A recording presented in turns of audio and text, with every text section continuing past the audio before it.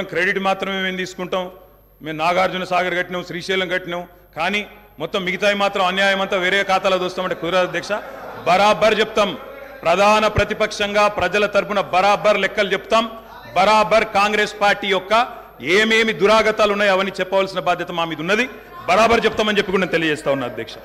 అధ్యక్ష, పడావుబడ్డ భూములు, పాడుబడ్డ ఇండ్లు, ఆకలి కేకలు, ఆత్మహత్యలు, వలసలు, కరువులు, కర్ఫ్యూలు, ఎన్కౌంటర్లు, కరెంటు కోతలు, కటిక చీకెట్లు, నెర్రెలు బారిన నేలలు, నెత్తురు గారిన నేలలు, ఇదే కదా ఆనాటి మీ గొప్ప ఘనత వహించిన ప్రభుత్వంలో ఆనాడు మీరు చూపెట్టిన అద్భుతాలు ఇవే కదా అధ్యక్ష. ఒక్క మాటలో చెప్పాలంటే అధ్యక్ష, వీళ్ళ పాలనలో తాగునీటికి దిక్కులేదు, సాగునీటికి దిక్కులేదు, కరెంట్ అనేది అడ్రస్సే లేదు. ఇక ఇది వీళ్ళ పాలన అధ్యక్ష. 50 ఏళ్ళు పరిపాలించి అధ్యక్ష, ఇక్కడ కూర్చున్న సభ్యులు ఆలోచన చేయాలి అధ్యక్ష.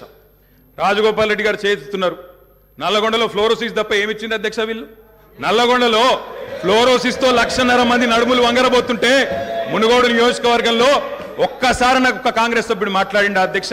అధ్యక్ష అధ్యక్ష సబ్జెక్టే మాట్లాడుతున్నా అధ్యక్ష. తర్వాత సభ్యుడికి ఇష్టం వచ్చినంత టైం ఇవ్వండి, మాట్లాడినివ్వండి, మాకు అభ్యంతరం. I'm not yielding sir, I'm not yielding అధ్యక్ష. నల్లగొండలో ఫ్లోరైడ్ బాధలు, దేవరకొండలో పసిపిల్లల అమ్మకాలు, పాత బస్తీలో మైనారిటీ తీరని బాలికల వివాహాలు, మహబూబ్ నగర్లో గంజి కేంద్రాలు, పాలమూరు నుంచే 14 లక్షల మంది వలసలు ప్రతి సంవత్సరం అధ్యక్ష. ముఖ్యమంత్రి రేవంత్ రెడ్డి గారి సొంత నియోజకవర్గం కొడంగల్లో ప్రతిరోజు 2 బస్సులు అధ్యక్ష బొంబాయికి పోయేది. కొడంగల్లో, నారాయణపేటలో, మక్తల్లో ప్రతిరోజులు 2 బస్సులు. అదేవిధంగా అధ్యక్ష, ఆ బస్ స్టాండ్కు పోతే ఆ వలసలను చూసి సలసల కాగే కన్నీళ్లను గారుస్తూ ఆ భార్య పిల్లల ఏడుపులు.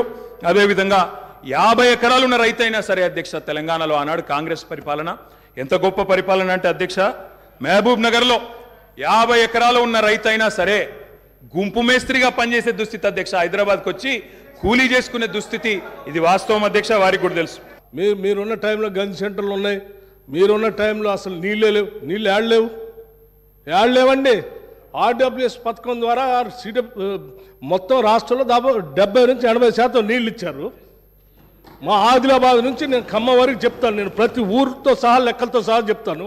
చివరి గోండుగూడల్లో కూడా మీరు చెప్పినటువంటి ఆర్డబ్ల్యూఎస్ దాదాపు 43,000 కోట్ల రూపాయలతో ఖర్చు పెట్టారు. ఏడాది ఒక్క గ్రామంలో నీళ్ళు వస్తున్నాయండి.